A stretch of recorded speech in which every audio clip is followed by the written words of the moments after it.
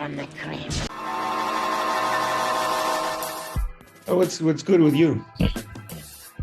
Not much, man. Same old shit, same old grind. That's Month off from the grind of music, just to like get my head straight for next year, and it's not really happening. I can't help it. Things need to get done. So my days off this last week, I was, planning to just chill out and relax, but it didn't work out. it never does. I mean, I guess I'm doing less than I normally do, but every time I do something, my lady's like, "Oh, I thought you were taking off this week." I'm like, "Oh shit, you're right." And one thing that happened to me yesterday that got me worked up real good, and I just maybe you can help me being out there, is this. Это любопытная информация западногерманского агентства. So there's this marketing program that I'm signed up with, and they're trying a community thing now, kind of getting everyone together. And I was super excited about this because I was missing this a lot. It's just like, some coaches, and they do I appreciate the content, and it's great. It got my mind in the right place. But during this community thing that also like Zoom, it was about 40 people in there with the founder of the company. It just didn't compute in my mind that it went for an hour and a little bit. It was supposed to be an hour. And then it was he introduced this program and talked about his rich friends little group that is very personal, and they're all dudes, but they keep each other accountable and shit. And then they were like, well, okay, we're going to split you in little groups, and you introduce yourself. Keep it to 2 minutes because everything else is boring. And it got it got like this. And I was thinking Включить турнирный зал. Эта партия отложена. Well, I know a community that works really great, and I tell you what those guys don't do is like this. Yeah, come on, you talk for 2 minutes, and then they just broke us. They gave us a certain amount of time to introduce ourselves, to speak on one pressing issue that we have, and try to kind of promise each other what we will do in the next 2 weeks for the next session. And they broke us out of this conversation mid-sentence. It was okay, 30 minutes up, whoop, all back to the main screen, and then it went and it just doesn't compute in my mind that, is it an American thing that the critique is super mindful? It is very sugar-coated and constructive, in a sense, nobody wants to tell you well, I think it's this is shit. Let's try something else. Everybody is super, but on immediately next to this mindfulness is this complete ruthlessness in terms of time is money. Don't be boring. Don't bore me with your stupid questions because I'm in a different place, and I want you to be in the same place with the people who are in the same place money-wise. What is this? Is this marketing thing? It's what is it for? Just a general marketing? Yeah. Okay. Because I did a similar marketing program, but it was geared towards musicians. Mm-hmm. I still do it. Mm-hmm. And I think because they're all artists, then they're a lot more patient, and they're all creative. So I couldn't see myself taking a marketing course that was just business dudes. I think I'd lose my shit. I went to school for business management, but so I understand it all, but I need artists to be around. I need some creatives in the mix, because like you said, they're just fucking kind of cutthroat, even when they don't need to be. I get the cutthroat mentality, I get that, but it doesn't when it's a human. It's especially when talking about community, if you want to try to get people into conversations, you can't it just doesn't compute for me. Like if it's conversation, then I want to give you my attention and let you speak out. And I was like, yeah, well, your 2 minutes are up. Thank you for that. Let's move to the next point because we have an agenda and we need to solve some troubles. Like, that's really weird. Like, yeah, I have. Just imagine if drums was like that, and 2 minute talk and 5 minutes of just like shut it off next one. Like, yeah, it's not gonna work, dude. Shout out to the best community ever. Like Sidechain changed my perspective on. Yeah, it changed mine and continues to change mine. It literally is one of the best things that's happened to me musically, and Lord knows I've been around.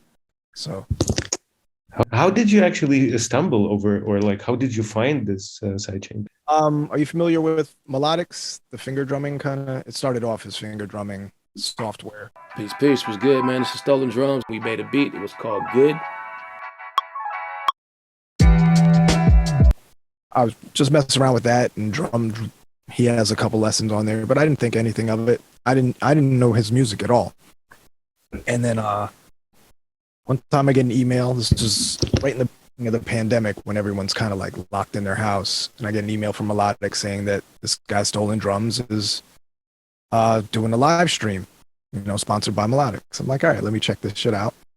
And I wasn't expecting much because I think like the first verses, those verses battles had happened. I forget who it was. The sound was terrible. I think it was RZA and someone else. The sound was really bad. Mm-hmm. And this live stream shit is not the move. Mm-hmm. The second I clicked on drum shit and I was like, all right, when is this live stream going to start? Why are they showing this movie beforehand? That's the fucking stream. And just the visuals of it. And of course, he's making a beat and it's fucking crazy. And I was like, all right, who the fuck is this guy? And that's when I started researching. And then I just started following him on YouTube and going to all the live streams. And eventually he started saying something about, forget what it was called. Before it was Sidechain, there was something else that he started and stopped doing because of something about it wasn't right. And he said he was going to start it up again in a new form. And then he started mentioning Sidechain. So literally the second that shit opened up to sign up, I must have been one of the first people to sign up. Like, because I was on a live stream. He dropped the link. I was like, all right, done deal, signed up. Mm-hmm. And there weren't even Zooms for the first, I want to say, a couple of months. The Zoom calls didn't happen. Something that people requested. And I was in either the first or the second Zoom session, and there was only 7 people. So like that shows you where it started. And yeah, man, everyone just played one beat, and then that was it. There wasn't any like talking or anime or. Mm-hmm. I mean, there was something, but it wasn't like it is now. There wouldn't be like 45-minute like rabbit holes into randomness. But yeah, man, like it came to me at the perfect time. I was locked in the house with nothing to fucking do. Mm-hmm. Wanted to kind of like dedicate time to music in a way that I had. And yeah, man, that shit just fell into my lap. And it happened during this the year for beat making, right? Wasn't it this year like for you that you said you focus on beat making? I was focusing maybe the last 4 or 5 years. I've been focusing on beat making, but took like, so let's time machine back to like 2015 or it might have been 14. I hadn't been making a lot of beats at that point. I just kind of was like in a creative space where I just wasn't. I was making stuff, but I didn't feel any of it, so I didn't finish anything, so I didn't save anything. I was just wasting away, like, and nothing coming of it. And I got to a point where I was frustrated, and I used the technique that I used to quit smoking to start making beats again. And that was basically tell everyone that I knew that I was quitting smoking. And if they see me, call me out. If they see me smoking, call me out. You have my permission. Smack the cigarette out of my hand, whatever you got to do. So with the beat making, I was on Instagram. I only had like 50 followers at the time. And I was like, yo, I'm making a beat every day for the next 100 days and posting it. If I don't, call me out. So forced my hand, and 100 days later, I had 100 beats. Fast forward the next year, I'm like, I'm going to do it again. That was fun and stressful, but fuck it. Let's do it. 16, I did it again. I wound up doing it 3 times. Then Instagram, I don't know if you remember Instagram back then, but it was only 15-second video clips. So it was really like, I just make a 15-second beat. Then we fucking expanded it to a minute. And I'm like, shit. Now I'm like editing videos and like everything for 100 days straight. Like, now I got to come up with an idea for a video. I got to make a beat. I got to do all this shit. But I still did it, and it was fucking great. Then I kind of took a couple years off because I was doing a lot more rap stuff. And I stumbled into Sidechain, inspiration beyond belief. And then I came up with, Pinstripe, shout out to Pinstripe, who I caught one of his live streams, and specifically, excuse me, he said, I gotta go to work in 15 minutes, but I'm gonna make a beat real quick. And I was like, wait, what? How is that even fucking possible? I can't even pick a snare in 15 minutes. I watched him in 12 minutes make a beat that was dope. And I was like, fuck, I need to get on that. So then I started doing, first I did it a couple of times just for myself to see if I could fucking pull it off. And I landed on 30 minutes because I'm not pinned. And I just set a timer for 30 minutes, and I make a beat and upload it every Saturday. So that was called Saturday Sketches. So that kind of got my juices flowing again. And then I was like, you know what? I've been doing this every Saturday for about, I don't know, 6 or 7 weeks at this point. And I was like, next year, January 1st, or whatever the first Friday was, I'm going to try and drop a single every Friday of the year. I missed a few, but, you know, I locked in and did it. Dropped a single, pretty much dropped a video for most of them, did the artwork, uploaded to Spotify, all the, you know, DistroKid, what have you. And, yeah, that's where we are today. And, sorry. Yeah, so like now I'm full on into the beat mode, but next year I kind of want to, I still want to make beats. Obviously, I'm gonna still be making beats. Focus a little bit more on getting rappers on my beats. Perhaps again. That's it. You mentioned that's interesting. Like, there's so many things that you just mentioned that I want to touch on, and let's start with the first that you mentioned is stopping smoking, because И затраченного труда уйдет впустую. I take this calling out was your technique to stop that addiction entirely. Yeah, it's a way for me. Like, I'm really big on accountability. Like, I can't do it myself. I need other people to be like, don't fuck up. Don't fuck up. Like, all right, I won't fuck up. If I tell myself that, I'll be fucking smoking cigarettes outside right now. Yeah, you see me getting wasted, like, really just.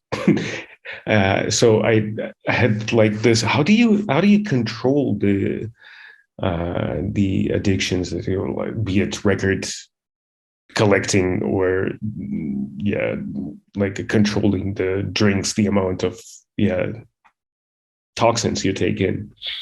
For me, it's like, you know, I'm a drinker, clearly, but I don't drink every day. Thursday is pretty much my day. So like, Tuesday is like, lady knows I have Sidechain, to be drinking. So like, it's my day. You know, I'm a drink or two maybe during the week, but Sidechain is pretty religious. But also, like, I also go through phases. Like, I'll go through like, I really need to like be healthier, and like I'll do 6 months of just like eating healthy, cooking, not eating out at all, not drinking beer, maybe have a glass of wine instead, you know, like. But thankfully, like, I have people around me that I can tell these things like when I'm doing them, so they don't feed into the temptations, you know. So like, if someone knows that I'm doing healthy shit, they're not going to invite me out to go eat whatever the hell they're eating, whatever. videos, what have you. Because for me, that was the most difficult thing. Like the first time I tried to quit smoking, the first however many times, I told anybody, I just kind of did it. Then I go out with my friends and they've been smoking a cigarette. They were like, "Hey, you want one?" I'm like, no one's here to tell me no, but me. I do. So, yeah, me that shit. But the second I started telling people is when I noticed it. So like, I try to do that with music. I fail a lot, especially with release dates. Like, I'll just throw release dates out there, even though the stuff isn't finished, which is really bad idea. Don't ever do that. But I can, just to kind of pressure myself to get shit done. Like, I have a couple of things that I want to get done this year coming. I keep saying this year, but we still have a few weeks left in this one. But in next year that I kind of want to announce, but I just want to like hold back. Let me finish them, get everything in place, and then figure out a date. It's interesting. The peer accountability is actually very, very powerful. And I take it like you mentioned two things that you do that I also like. I think they are quite the powerfulest is peer accountability and this frequency, like the consistency of like, doing the 100 days of daily commitment. So this commitment to something really regular that becomes a routine at some point is super powerful. Yep. That's also bringing it back to melodics with finger drumming practice. You know, it's an app, and when you sign in and practice for at least 5 days, you get a check mark, and then you get streaks going. It's like, I don't know, like 400 days, and then I missed one day, and I was like, "Fuck, get back, well, I'm never practicing again." So I didn't even touch once, and I'm like, "Wait, what am I doing? I'm missing the point is just to practice." But like, there's a weird feeling when you quote unquote fail that one day, and you're just kind of like, you know, I guess it's a, you know, that's just how they're smart enough to know that keeps people kind of addicted to their platform and keeps me coming back for more because of that little green check mark, and I don't want to see that red X and get set back to 0. But yeah, man, it's all kind of connected, and you know, part of me always thought that it was just how I work, but obviously that's how everyone works. The other thing I want to say about doing the routine and daily is that no matter how good you are or how much you know, you're always going to learn a lot from those things. Just doing something every day, you're bound to get better. And the biggest thing for me is it gave me like not only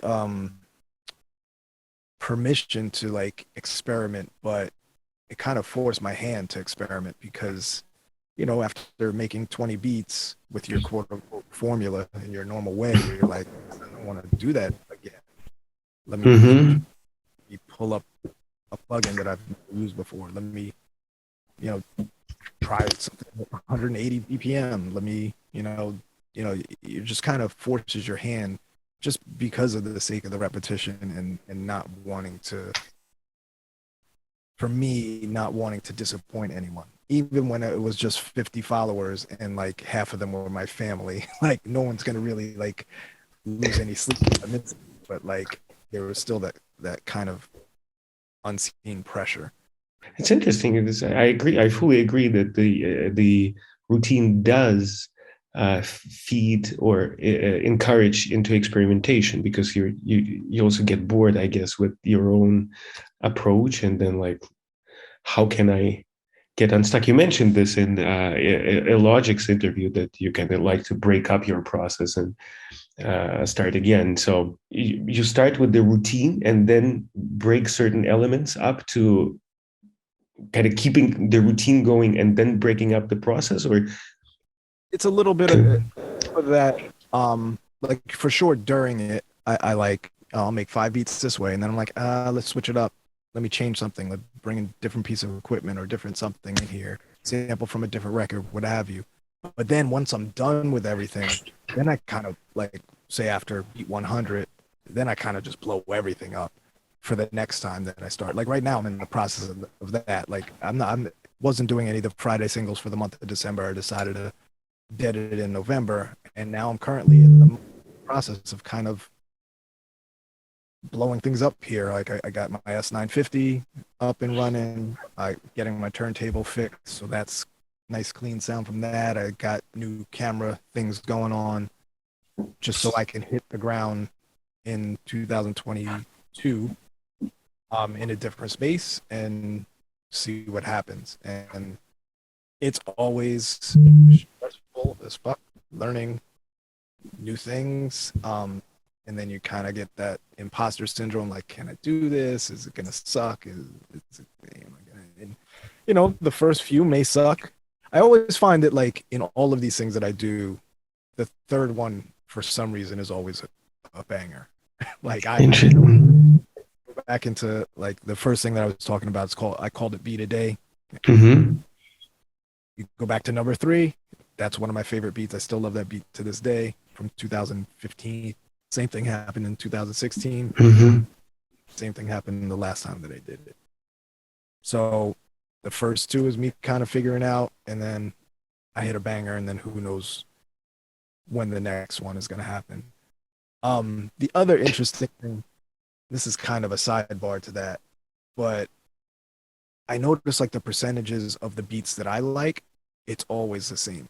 When you take this big group of work of like 100 beats, and I do this thing, I haven't done it in a while, but like I'll have all my beats in iTunes, and in iTunes you can rate beats like 1 star, 5 stars. So I rate them. Like the second I make them and I finish them and upload them, I'm like, all right, that one's a 5 star, that one's a 1 star, you know. Mm-hmm. And at the end, I just, because I'm kind of a nerd with numbers, like I like to see, I'll make graphs and shit. I have 15 5 stars, but it always works out to almost the exact same percentage, which is kind of mind blowing. Like I've done it 4 times now. I haven't rated the ones from this year, so we'll see what happens with that. But like this year was a little bit different because I didn't upload everything I made. I kind of cherry picked the ones that I liked. Be a little cheer, but yeah, there's always I think it's like 12% that I completely hate and 12% that I think are the best things I've ever done. So like that's the same on both ends. I don't know. That's just some nerdy shit that I fucking get into. It's so great that you like. I feel you so much because this is literally like almost the same thing I do myself. And I just do it like with like the color tags in the Finder. So I'll upload. I use like I have a script that lists them into a sheet. So I know exactly how many I've done, how many days, like how many days I've been on a run, what is my longest streak without an interruption, how many daily streaks I have. And then this percentage is also like something that just like I just know that per month it's really around 10%, just very close to what you mentioned. It's nerdy, interesting. I wasn't expecting to hear that because I think like, yeah, it's probably this is so stupid. Why? Who does this? Apparently, we do it. That's fucking hilarious. That's great. The other flip side is, I'm never right because the ones that I love the most, like on Instagram, they like just like come and go, and then the ones that I'm, should I even upload this shit? The next thing I know, it's like got the more likes than any other beat I've ever posted, and I don't get it. Like, is my taste bad? Like, what the fuck is going on? But it is what it is. Like after making music for so long, and especially through a process of uploading everything you're making, which that's it. It took me a while to get over that. But now I'm kind of over it, and I'm like, you know what? I don't give a shit about this beat. It'll be gone in a week and never be heard from again if I don't like it. But I'll post it, and everyone likes those.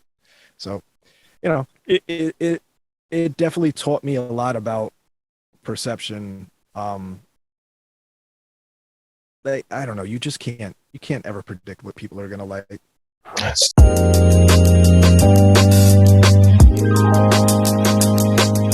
And this very same reasoning that I have in sharing those things is because, like, yeah, I know shit about taste of those people. So many of those that I really like, deeply like, are absolutely like nobody exact, like no reaction at all, completely off, completely like. Yep.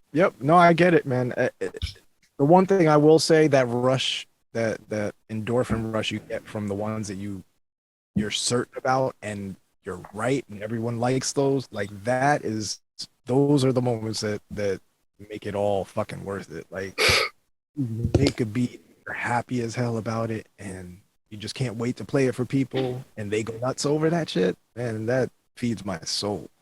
Like, Definitely. It's an interesting effect, even though, like, I would like to say that I don't care for that, but it's such a drug, exactly. Like, it's just, yeah, it sends those endorphins.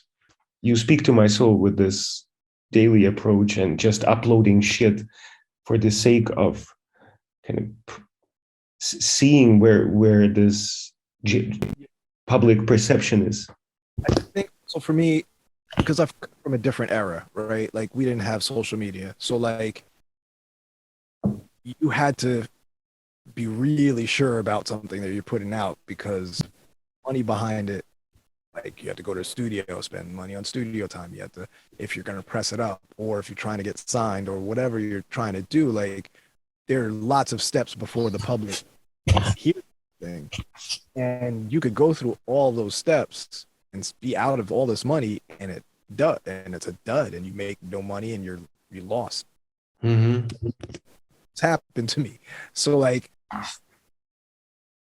this process of today, I hated it for a long time, of the fact that you could complete something and upload it within the same breath. Like, it infuriated me. It was like, you aren't paying dues. It's not supposed to be this way. You're supposed to go through these channels, until, like, I figured out the positives are so outweigh the negatives. The negatives, of course, is that, and it's also a positive, which is a mindset that I'm just now kind of getting there, is there's so much music. It's just so much music, like, available at any point in time. How the hell do you stand out? How does anyone care about specific people? Like, it almost gets to a point where it doesn't have much to do with the music, because I can go on Spotify and probably find 10 beat makers I've never heard of, and their shit's amazing, and I'll probably never listen to them again, which, that's kind of fucking sad. You know, I don't understand why certain people stand out and get traction.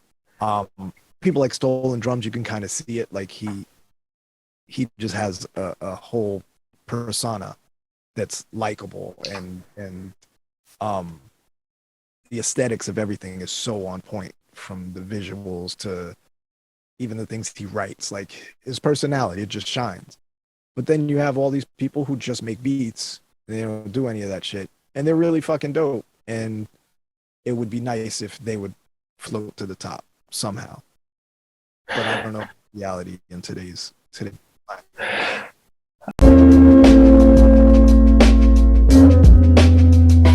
I mean, it seems to me, at least, that obviously one thing is how appealing it is to a wider mass, simply by the looks and the sonics, obviously.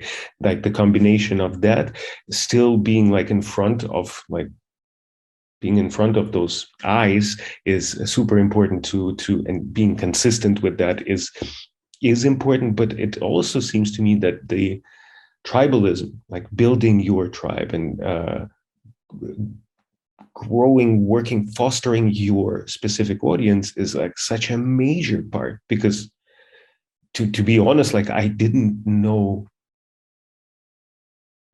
yeah, pretty much no one from Sidechain before that, and it is now exclusively my list of music, because this is like, I relate, like the relationship that I have with these people is on a very different level, which kind of, like this is exactly the in times where you can go on any streaming service on any platform and have abundance of music. Redick mentioned this like in one of the sessions, that it's like it's this throwaway music. There is so much of it, you can't consume it anymore. So it's like just everybody throws out music, and it sounded like he was frustrated about this, but I thought like it's cool, because there are also like so many people, and it's again up to you whether you connect with your own audience, where you connect with the people. So it becomes like, while there is an abundance and definitely like a lot of dope heads that uh, don't have enough attention, it's still like the chance that you can tap into the community. The approachability is also so much higher these days. You can actually hit everybody up and talk with them, which is such an incredible trait for it. Like I'm blown away by the fact that people actually like, respond and talk to you. Yeah. Tatsu didn't, like, I never met him before, but I wrote to him on Instagram and he responded, and I was like, oh, That's amazing. you know? Yeah, man. Like I've come a long way with how I think about this entire social media universe. Even with Spotify specifically, I was so anti-Spotify for years. Number one, because of the money aspect of it is still fucked up. Mhm. But I also just feel like I felt like, because I don't feel this way anymore. I'm on Spotify. I have a Spotify account. I listen to stuff on Spotify all the fucking time. But there was this point where it was just too, and mind you, I'm speaking in the past. I don't feel this way anymore. Just want to keep stressing that. Is that easy for anyone to be on the same level as someone who put in more work, if that makes any sense. Mhm. It's kind of like almost like performing. Like if you've never performed before, you're not going to be on the same bill as Jay-Z. Like that's, you have to work your way up to that. You can get there, but you have to pay your dues, I guess is the term. And go through some sort of process of eliminating, number one, people who aren't really serious about it, people who aren't good at it, which that is very subjective. And go through this obstacle course, if you will, to get to that point where you can even be seen. And then people can decide if they like it or not. But now it there was a big switch. I don't know when this happened. I remember being very angry about it sometime in the 2000s, where it got to the point where, as someone who had a record label and that shit consumed my life, people were saying like, okay, yeah, I'm gonna release something on my label, and it was like something on mp3.com, and I'm like, it's not really a label, but knock yourself out. And then that became kind of what it is, like Bandcamp. Like you can have a label account on Bandcamp, and for a lot of purposes, it is a label, but it also kind of like downplays what things like Stone Throw does. Like those guys, I don't think people understand the workings of a label, and we're getting kind of sidetracked into a whole different rabbit hole. But this was something that took me years to like come to terms with and figure out that like it doesn't fucking matter at the end of the day. It doesn't matter to me like anymore. Like all that matters to me is the music, and for my own personal music is how to get more people to listen to it. That's it. I don't care if they like it. Like they can figure that shit out on their own. It's just them access to it, and to try and get them to click the fucking link and take a listen. And I think that's the biggest challenge for everyone now, because there's so many music makers. Specifically, like beat culture has blown up so much. Like when I started, like I didn't know another beat maker. I did not know one other beat maker when I started.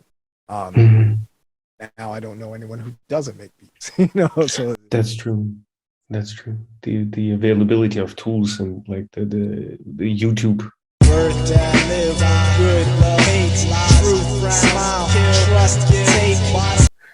The knowledge is so, I mean, that shit is amazing. Like I love seeing that because like there's this whole generation of producers who are, they're just coming out the gate. Like their first year producing, they're making incredible music. You do not want to listen to the first like 5 years of my fucking producing. You don't want to hear that shit. I don't hear that shit. But yeah, I have no idea what the point I was trying to make. В этот же день пригласил москвичей и гостей города на торжественное закрытие. Well, the label, how the perception of this shifted, and I do get the, you know, for me, it's still like a stone throw is a curatorship. They curate art, like it's a tastemaker in a sense. They support specific artists, make sure they have the possibility, the options to make music and have the studios for the recording of a certain taste or flavor. So it's like, it's still very important. I don't think they are really going away because it's just like this different, you know, like drums going into this analog mode. It's just like you don't need this in a sense, but if you do go down that road, you will have a certain character or taste. It's like, you know, you can also drink vodka by whiskey, like, but if you do, you will gain something from that specific experience. Like it has a character. So, and you with like, obviously you went through like, you know, the whole history of this, from traditional label to current times, like publishing mode of operation. Like what do you think is, how do you grow your tribe these days? Like me personally, that's a very good question. Like I have a tribe that stuck with me through this years and through the years, and I've grown it a bit through the beats. I tapped into the beat culture a bit more than I had in the past. I never tried, like I never really associated myself with the lo-fi movement. Even before it got kind of where it is now, where it's kind of homogenized, I guess.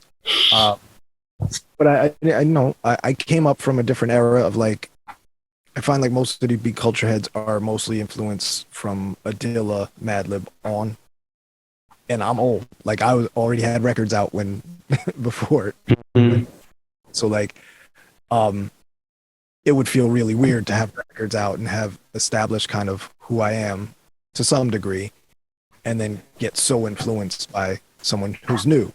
Amazing, and I love Dilla, but like, it's not my backbone. So I didn't really feel like I fit into that space. But I got into the mode this year where I was like, you know what? I like my music. Most beat heads I know are music heads. They don't like one specific kind of music. So my shit is just going to be a little left field for even just like the swing of like beat culture head stuff, you know. And I was just like, fuck it, music is music, let's go. And I gained some people in the tribe through the music. But as far as the question of how to grow the tribe, that's a good fucking question. I do not know. Like I really that's a code I'm trying to crack still to this day. I feel like it's growing slowly. I'd like it to grow faster. But I'm also split because I do the rap thing, I do the beat thing, and I kind of keep them a little bit separate. I don't know if that's wise or not. Yeah, I find that when I release a rap record, that tribe grows a little bit more. When I do some beat shit, that tribe grows a little bit more.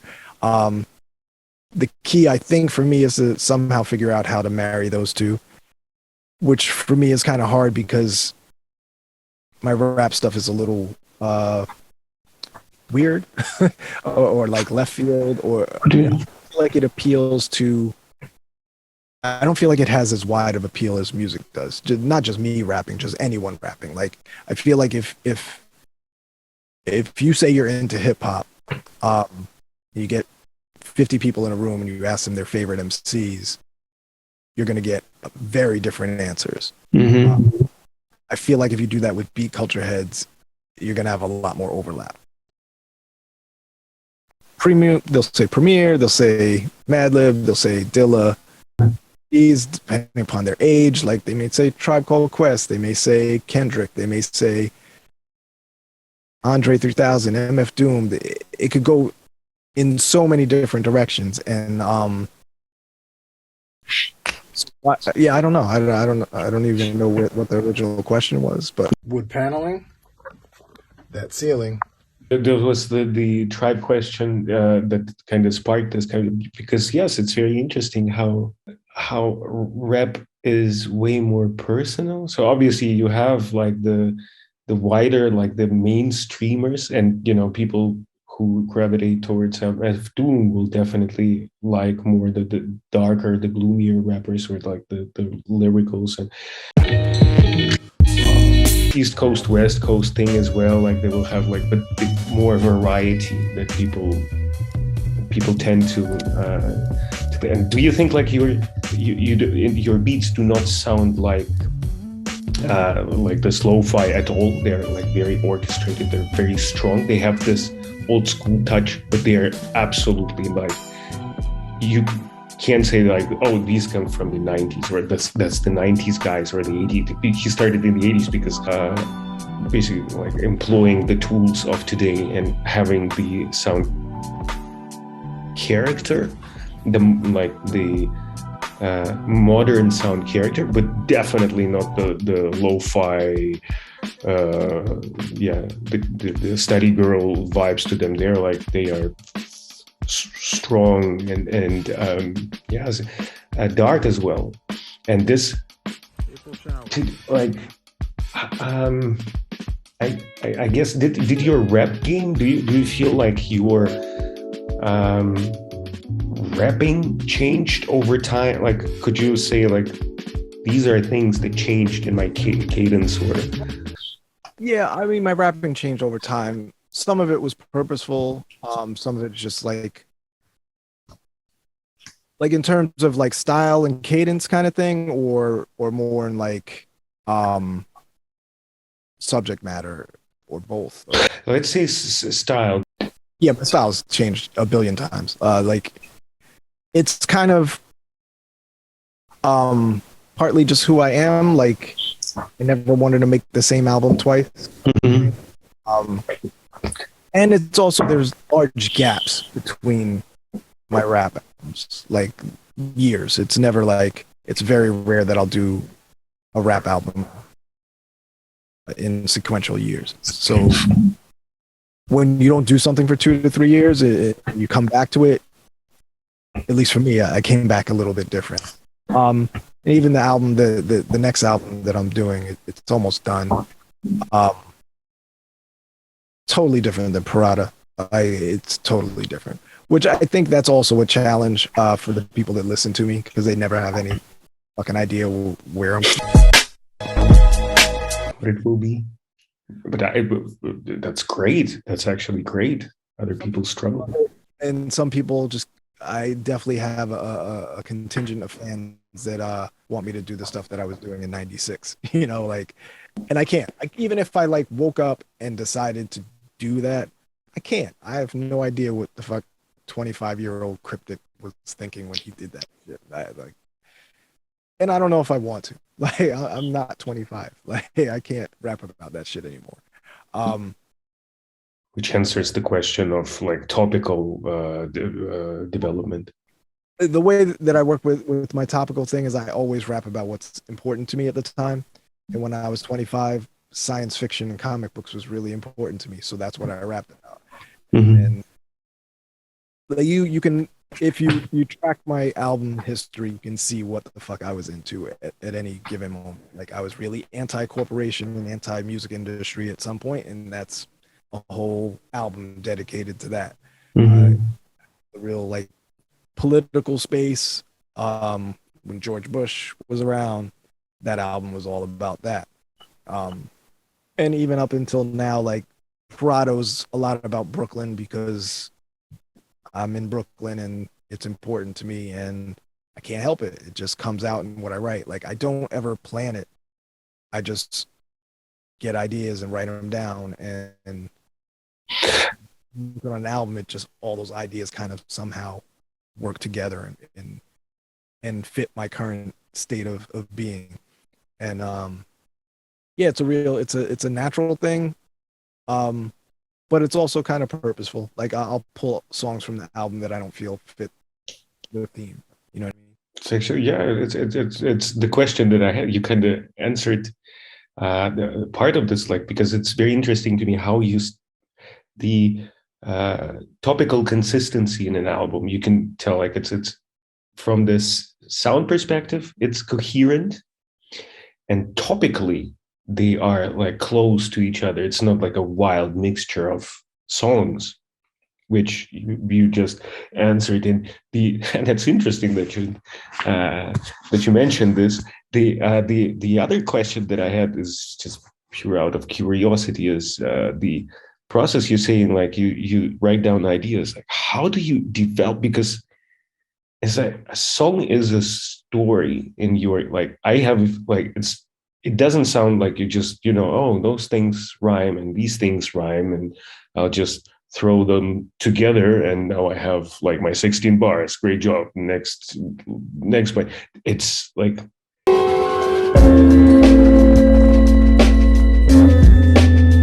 yeah, it's definitely story driven and connected, and themes are connected.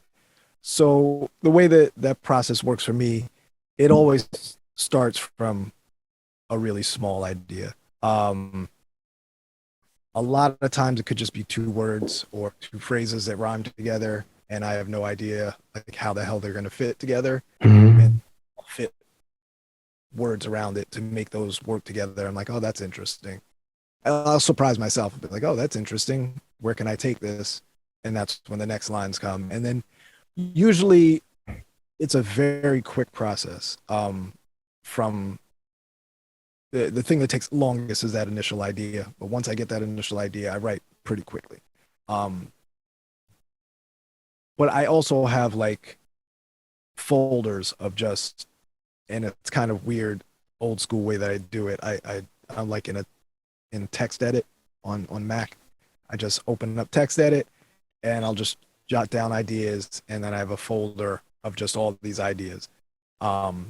And then when it's time to like work on an album, I'll just open it and like, oh, those two words work interesting. I wonder if I could fit that into this thing that I'm working on now. So all I'm doing, like all these ideas all over the place, and the other I'll have the verse that I'm working on, and music will just be playing in the background. And when I get to a point where I'm stuck, I'll just start looking over at the idea screen and maybe something pops out to me. And maybe it doesn't. Maybe throughout that process, I just like think of something else and jot down new idea, and I could get sidetracked into a whole different story and come back. But yeah, I'm glad you noticed that, man. Thank you for like listening, because like I don't take a lot of time on the verses, but I put a lot into them. If that.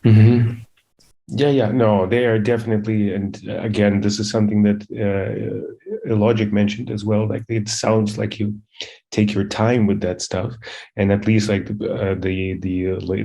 Pirata album sounded like almost as I think I told you that it sounded like as if you set the page typographically, where you have all the spaces. Everything is like very purposeful. This is not like something that just people would go into the booth and record basically their freestyles and then take the best parts. This is like, it is laid down. It is like almost printed into that text, which gives it this nice pace. I like you come so they are calm. Like, you know, this angry calm. This guy who's like,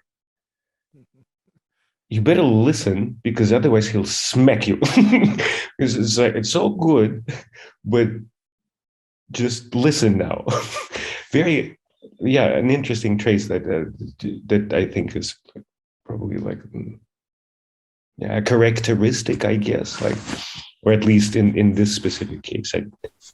I appreciate that a lot because after finishing the album and I listened to it, I didn't realize I was doing the calm thing. I honestly didn't. I was just kind of recording and like, all right, I'm done with that. Let me move on to the next thing. And I listened to it as a whole and I'm like, oh shit, yeah, this is like a little calm. I'm like, I actually started re-recording it. I'm like, I love the verses. I don't know if I like the calm approach. And I re-recorded it with a little more like oomph to the verses. And I let Jess hear like 2 of the songs. He's like, man, no, go. Jess is the guy who produced it, in case you didn't. The who made the beats, right? He was. So yeah, I let him hear it, and he was like, "Man, nah, you got to go back to the other shit. Just send me all the files from the first versions." And he kind of saved me on that. I think it was the right move, because I was about to fuck everything up. But that's the doubt. That's the like the self-doubt. I think this is why it is important to run it back by someone who trusts it. I think you mentioned that just as like you've been around him for a long time, or you've been working for a very long time, which is I would assume he really wants the best out of this record, and he gives you like this honest feedback, which is super important. Mentioned at the beginning, we could tell you like, no, it's cool you tried, but this shit that great. Let's go back to that, or like let's take this. Yep, that's key. I didn't have that for a while. I mean, I've known Jess forever, but like I'm not one to send albums to people for opinions. Like I just the world according to there's 2 of them. The third one's coming soon. The whole concept of that, I mean, it goes back to the repetition thing. There was a period where I was making a beat every day, and then I decided I wasn't doing enough, and I'm gonna do a verse every week, and I'm gonna write, record, shoot a video, and upload that every week. So that's what the first world according to. Oh, shit. Sorry. Hold on 1 second. I'm sure. Later. Yeah. So that's what the first one was. It was just every week I dropped these verses and I collected those and made an album of it. I didn't have time to give it to anyone to like critique it. So that was more nerve-wracking than the beats thing. Like writing a verse, recording it, uploading it. Every fucking time I uploaded it, it's like, shit. I want to do this over. Is it good? Is it okay? Like you get that imposter syndrome creeping in, like all that shit. Like I guess I'm more like that with my raps, beats. I'm just kind of figuring that out right this second. It's a lot harder to share that shit when you're not sure of it. Is it because it's way more like music is abstract in that sense, and therefore like more universal? You don't need to get any of this, but with verses, it's actually very important to not be too blunt or like just not take the easier. I think it's more obvious to oneself. It's like drums. Like if you do the same drum line or like a similar drum line a couple of times, like nobody gives a shit because there's so much else going on.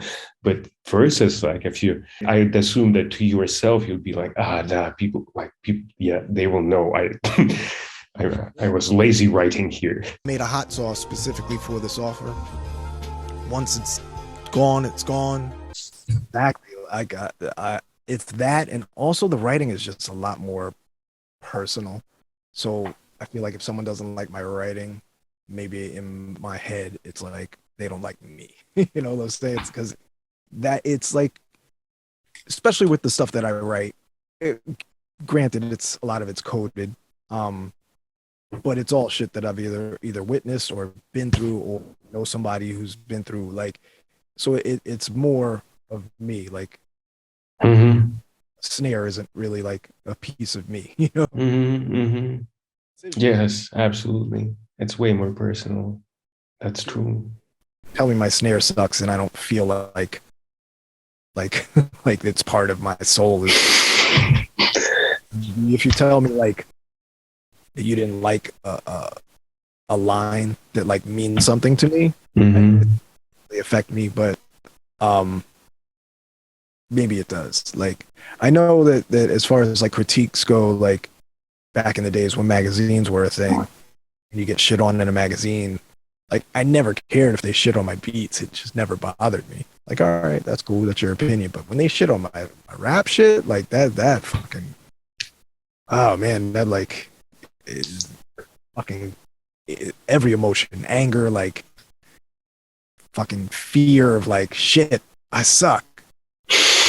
No, fuck that. I don't suck. Fuck that. Like, man, like that shit was the worst. Days for that. I don't even like music reviews. I mean, I get some now, but I think now people review stuff that they like as opposed to Mm-hmm. so much music out there. So I'm not concerned with that anymore, but that shit used to be a real concern. Like Mm-hmm. personal, like it just felt like a personal attack. Sometimes it may have been like sometimes it's like the words that people say, like the critiques.